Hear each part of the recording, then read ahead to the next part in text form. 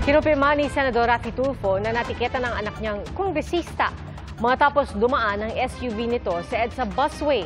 Pinagsabihan na raw ni Tulfo ang anak. Saksi si Mark Salazar. May sticker ng official seal ng House of Representatives ang SUV na ito na pinara ng Special Action and Intelligence Committee for Transportation o SAIC noong Huwebes. Dumaan daw kasi ito at ang kakonvoy na isa pang itim na SUV sa EDSA busway. Unang tinikita ng naunang sasakyan na ang rehistro nakapangalan kay Quezon City 2nd District Representative Ralph Wendell Tulfo, anak ni Senador Raffy Tulfo. Bagaman hindi raw siya nagmamaneho noon. Sinubukan naming makuha ang panig ni Congressman Tulfo pero wala pa siyang sagot. Pero sa panayam ng Senate media sa kanyang ama, inamin ni Senador Raffy Tulfo na sa anak nga niya ang sasakyan. Well, inadmit naman niya, yung nasusunungan niya, nag-apologize siya.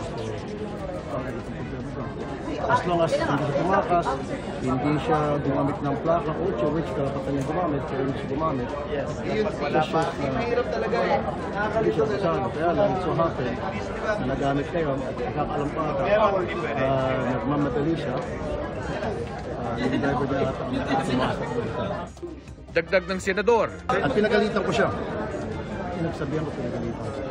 Yung anak niyo, sir, ang pinagdalitan? Pinagalitan ko, nag-sorry sa akin. Sabi ko, mag-apologize ko sa akin. So, sir, sino po yung kasama sa convoy? Aside from Siya. Para kay Senador Tulfo, sapat nang nagpatiket at humingi ng paumanhin sa kanya ang anak. Pag hindi tumakas, wala akong nagka-problema. Pag hindi siya ng abuso, hindi nagmura, wala akong problema. Sinusubukan pa namin kunin ang panig ng SAIC tungkol dito. Base sa patakaran ng Department of Transportation, bukod sa mga bus na nag-ooperate sa EDSA Carousel, 5 pinakamatataas na opisyal ng gobyerno lang ang papayagang dumaan sa busway. Pwede ring dumaan ang mga re-responding emergency vehicles gaya ng ambulansya, truck ng bombero at Philippine National Police. Ang hindi autorisadong dumaan pwedeng pagmultahin ng 5,000 piso hanggang 30,000 piso.